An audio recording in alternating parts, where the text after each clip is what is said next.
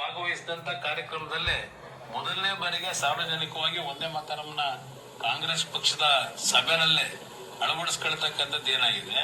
ಇವತ್ತು ಕಾಂಗ್ರೆಸ್ನ ನಾಯಕರುಗಳಿಗೆ ಹೇಳ್ತಕ್ಕಂಥದ್ದು, ಇದನ್ನ ನೀವು ಸಣ್ಣತನದಲ್ಲಿ ಹೋಗಿ ನಿಮಗೆ ಏನು ಈ ದೇಶದಲ್ಲಿ ಒಂದು ರೀತಿಯಲ್ಲಿ ನಿಮ್ಮಗಳ ಬಗ್ಗೆ ಒಂದು ಜನಗಳ ಅಭಿಪ್ರಾಯಗಳು ಮೂಡ್ತಾ ಇದೆ. ಅದನ್ನ ಇನ್ನೂ ದೊಡ್ಡ ಮಟ್ಟದಲ್ಲಿ ಮುಂದಿನ ನಿಮ್ಮ ಒಂದು ಭವಿಷ್ಯ ಹಾಳು ಮಾಡ್ಕೊಳ್ತಕ್ಕಂಥದ್ದು ಯಾಕೆ ಹೋಗ್ತೀರಿ? ಅವಶ್ಯಕತೆ ಇದೆ. ಈಗ ಸೋನಿಯಾ ಗಾಂಧಿಯಿಂದ ನೀವೇನ್ ಬಯಸಕ್ ಸಾಧ್ಯ? ಸೋನಿಯಾ ಗಾಂಧಿ ಅವರೇನು ನಮ್ಮ ರಾಷ್ಟ್ರದವರ?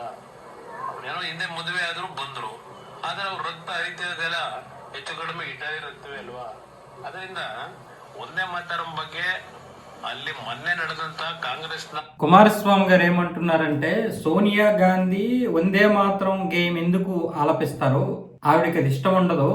ఎందుకంటే ఇటలీ రక్తం కదా, ఆవిడ కేవలం ఇక్కడ పెళ్లి చేసుకుని రావాల్సి వచ్చింది కాబట్టి దేశ గేయాలను కానీ గీతాలను కానీ భావజాలం కానీ ఆవిడకి ఉండదు అన్న విధంగా కుమారస్వామి మాట్లాడుతున్నారు. ఇప్పటికీ దీని గురించి వాళ్ళు కవర్ చేసుకునే ప్రయత్నమే చేస్తున్నారు తప్ప దీనికి క్షమాపణలు చెప్పి ఈ యొక్క వివాదాన్ని సద్దుమినగిద్దామనేది లేదు.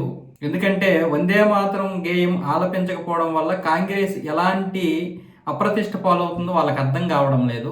అయినా సరే వాళ్ళు ఇంకా వాళ్ళ యొక్క మూర్ఖత్వంలోనే వాళ్ళు ఉన్నారన్న విధంగా కుమారస్వామి గారు అయితే మాట్లాడారు. అంతే కదా, వందే మాత్రం గేయాన్ని ఆలపించకపోవడం వల్ల వాళ్ళు చేసినటువంటి అప్రతిష్ట పాలు వాళ్ళు అయ్యారు.